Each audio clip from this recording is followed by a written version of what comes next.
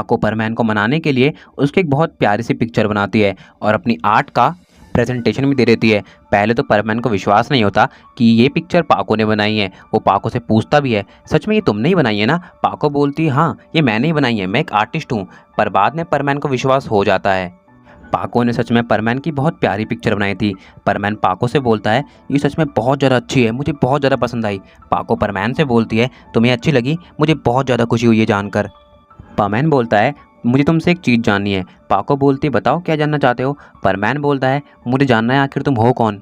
मुझे जानने की बहुत इच्छा है, आखिर तुम हो कौन, कहाँ से आई हो? पाको बोलती है, अच्छा तो तुम ये जानना चाहते हो मैं हूँ कौन, तो मैं भी ये जानना चाहती हूँ कि तुम कौन हो।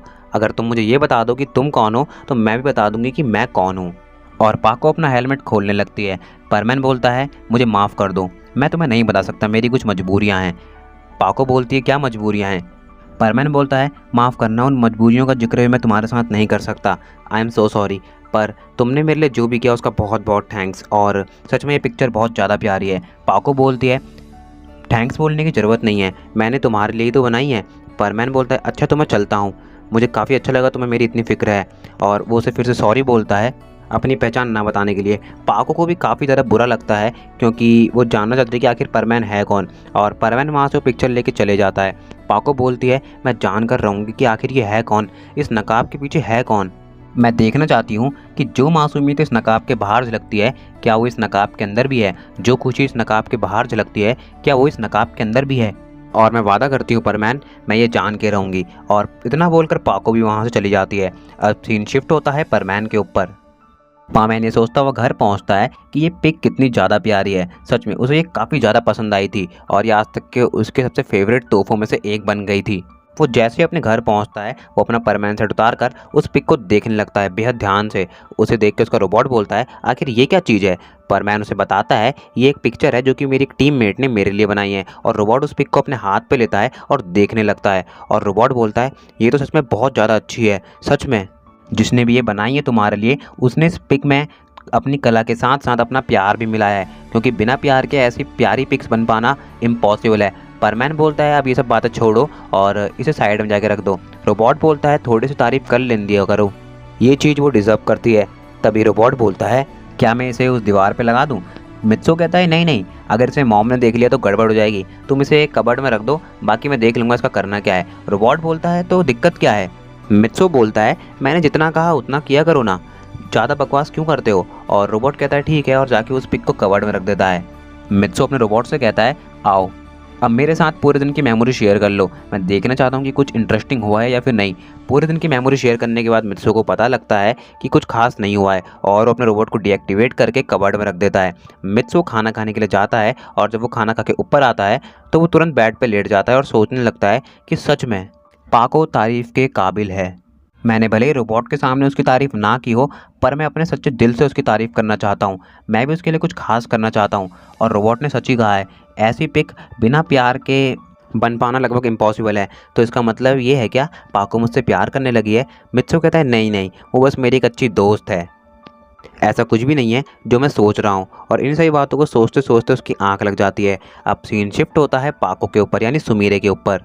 वो अपने घर पर होती है और अपना होमवर्क कर रही होती है। उसका होमवर्क कंप्लीट हो जाता है, वो फ्रेश होने के लिए चली जाती है। जब वो फ्रेश होकर वापस आती है तो वो बेड पे लेट के फिर से इसी सोच में पड़ जाती है, जितनी तारीफ परमैन ने मेरी उस पिक की, क्या उसे सच में इतनी वो पसंद आई होगी?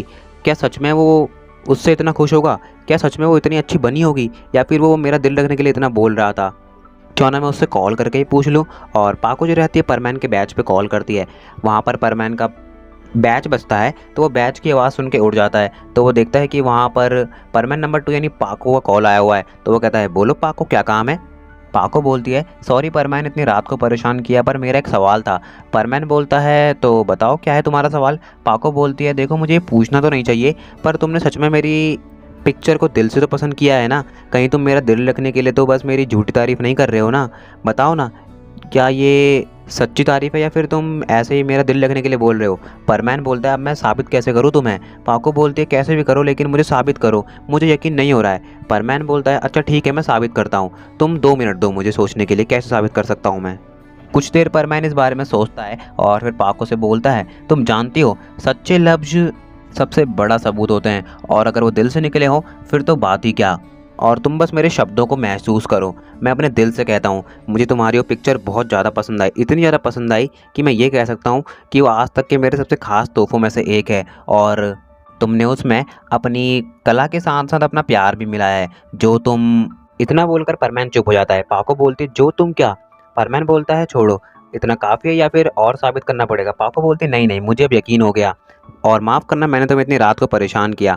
परमैन बोलता है अरे इसे परेशानी नहीं, इसे इच्छा कहते हैं, जो कि मन में दबाना सही नहीं रहता। तुमने सही किया जो मुझे कॉल कर दिया, और वैसे भी मैं एनी टाइम तुम्हारे लिए अवेलेबल हूँ। तभी पाको बोलती है अच्छा ठीक है परमैन, अब तुम सो जाओ, मुझे भी काफ़ी ज़्यादा नींद आ रही है, गुड नाइट। और इतना बोलकर पाको कॉल कट कर देती है। परमैन बोलता है गुड नाइट पाको, और वो भी अपना बैच साइड में रख के सो जाता है।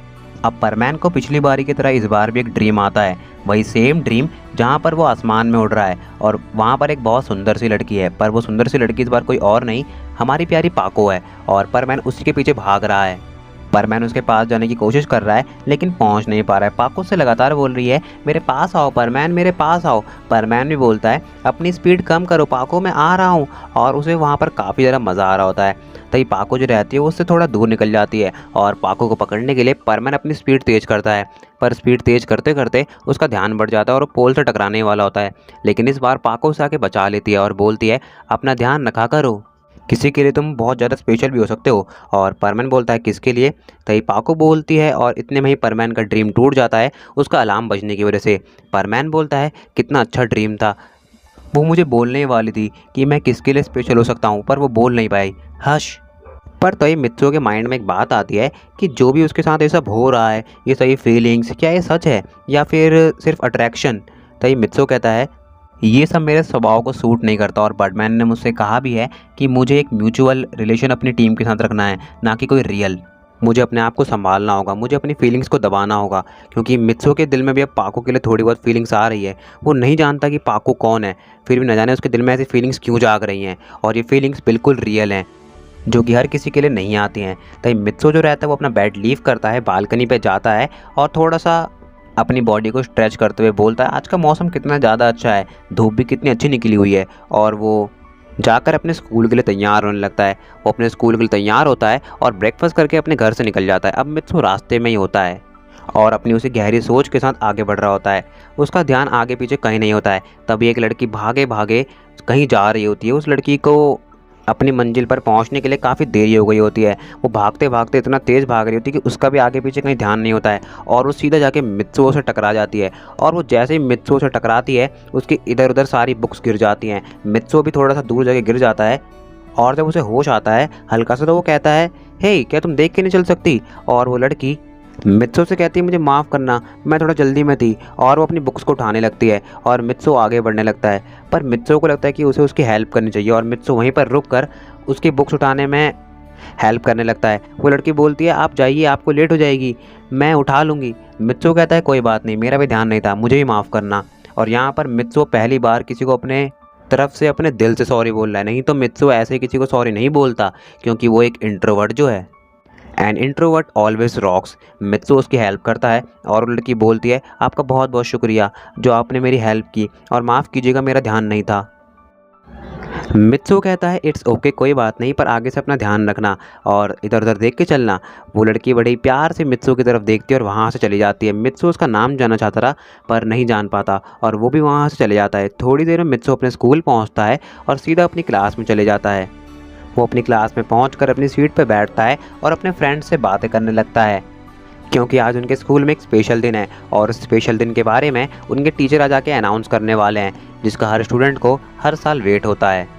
अब थोड़ी देर में मित्सो के टीचर क्लास में एंटर करते हैं और सभी बच्चे जाके अपने अपने सीट्स पर बैठ जाते हैं। जैसे टीचर क्लास में आते हैं पहले तो वो अटेंडेंस लेते हैं। वो इस बार फिर वो मित्सो से कहते हैं आखिर तुम रहते कहाँ हो। मित्सो कहता है सॉरी सर, और वो प्रेजेंट बोल के नीचे बैठ जाता है। मित्सो के टीचर अटेंडेंस कंप्लीट करने के बाद बोलते हैं आज हमारे क्लास के लिए एक स्पेशल डे है। हर साल की तरह इस साल भी हम उस दिन को काफ़ी ज़्यादा स्पेशल बनाने वाले हैं, और वो दिन है इंटरमीडिएट स्टूडेंट चेंजिंग डे।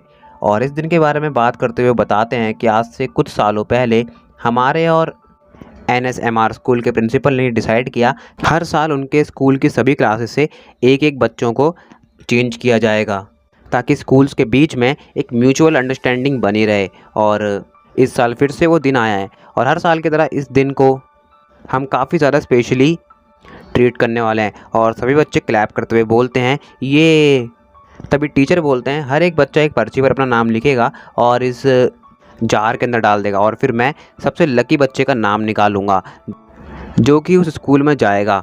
और सभी बच्चे ऐसा ही करते हैं, वो अपना अपना नाम लिखकर उस जार में डाल देते हैं और टीचर उस जार को अच्छे से हिलाने के बाद बोलते हैं तो सभी बच्चे तैयार हैं। और मित्सुओ के टीचर एक पर्ची निकालते हैं और वो पर्ची निकालते हुए बोलते हैं तो उस लक्की बच्चे का नाम है मित्सुओ सुआ। Congratulations Mitsuo. और मित्सुओ खड़ा होता है और सभी बच्चे क्लैप करने लगते हैं।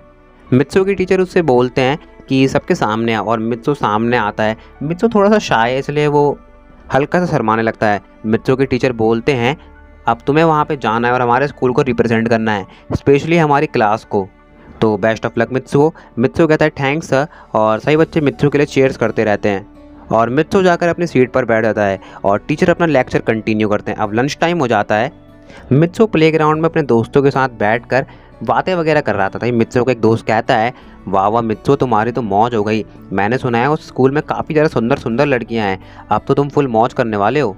मित्सुओ कहता है मैं वहाँ पढ़ाई करने के लिए जा रहा हूँ, ना कि इन सभी कामों के लिए।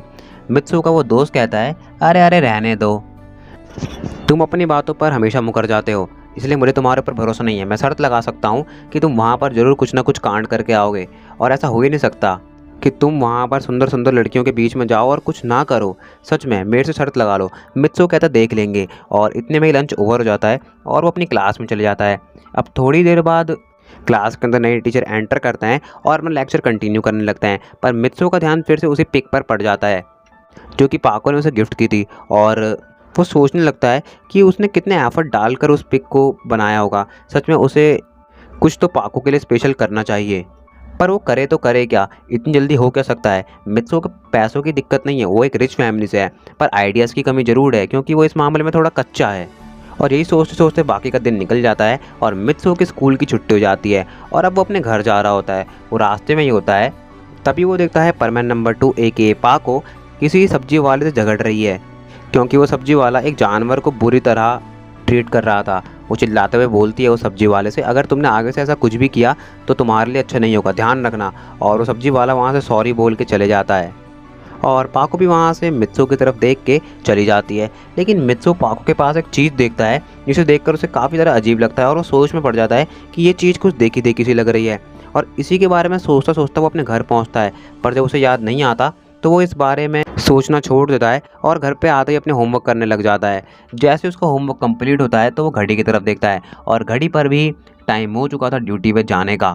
वो अपना परमानेंट सेट पहन के अपने रोबोट को एक्टिवेट करके घर से निकल ही रहा था कि तभी पाको का कॉल आ जाता है और वो उसे बहुत जल्दी वहाँ पहुँचने के लिए कहती है क्योंकि एक शिप पैसिफिक ओशन में फंस गया है और जल्द से जल्द अगर वो वहाँ नहीं पहुँचे तो बहुत बुरा हो सकता है। और परमैन कहता है मैं जल्द से जल्द पहुँच रहा हूँ, तुम सब निकल जाओ, क्योंकि परमैन के सूट की स्पीड तेज है एज़ कम्पेयर टू अदर परमैन। और वो ऐसा ही करता है, वो अपने घर से निकल जाता है और काफ़ी जल्दी बाकी परमैन्स को पकड़ लेता है और उनका हाथ पकड़ के वो सभी आगे बढ़ने लगते हैं। पाको बोलती है हमें जल्द से जल्द वहाँ पहुँचना होगा, नहीं तो कुछ गड़बड़ ना हो जाए। और वो जल्दी ही वहाँ पहुँच जाते हैं। पहले तो उन्हें वो शिप ढूंढने में काफ़ी ज़्यादा दिक्कत होती है, पर बाद में फिर वो शिप को ढूंढ लेते हैं अपनी काबिलियत के दम पर। वो शिप आधे से ज़्यादा टूट चुका था और कुछ लोग जाकर गिर भी चुके थे समंदर के अंदर। परमैन कहता है तुम लोग एक काम करो, जो लोग शिप के ऊपर हैं उन लोगों को बचाओ और मैं जो लोग डूब गए हैं उन्हें ढूंढता हूँ। और परमैन जल्दी सभी लोगों को ढूंढ लेता है और पाको, पयान और बूबी भी फटाफट से बाकी के लोगों को लाइफ बोट में बैठाकर वहाँ से निकाल लेते हैं। पर अभी भी एक बंदा मिसिंग था। पाको बोलती है अब हम उसे कहाँ ढूंढे, शिप तो डूबता ही जा रहा है। परमैन बोलता है तुम एक काम करो, इन लोगों को लेके आगे बढ़ो और मैं उस शिप के अंदर जाके उसे ढूंढता हूँ। पर शिप आधे से ज़्यादा ऑलमोस्ट 75% डूब चुका था। तभी एक आवाज़ आती है मुझे बचाओ, मैं डूब रहा हूँ, मुझे बचाओ। परमैन उस आवाज़ को सुन लेता है और उसकी तरफ बढ़ता है और कहने लगता है तुम हिम्मत रखो, मैं तुम्हारे पास आ रहा हूँ। और परमैन पहुँच जाता है, पर रास्ते में काफ़ी सारे ऑब्स्टेकल्स आ रहे थे और परमैन को काफ़ी सारी दिक्कतों का सामना करना पड़ रहा था और वो आदमी डूबता ही जा रहा था। परमैन बोलता है आप हिम्मत रखिए, मैं आ रहा हूँ। लेकिन परमैन ऑलमोस्ट वहाँ पर पहुँच चुका था कि तभी उस आदमी की हिम्मत टूट जाती है और वो डूब जाता है।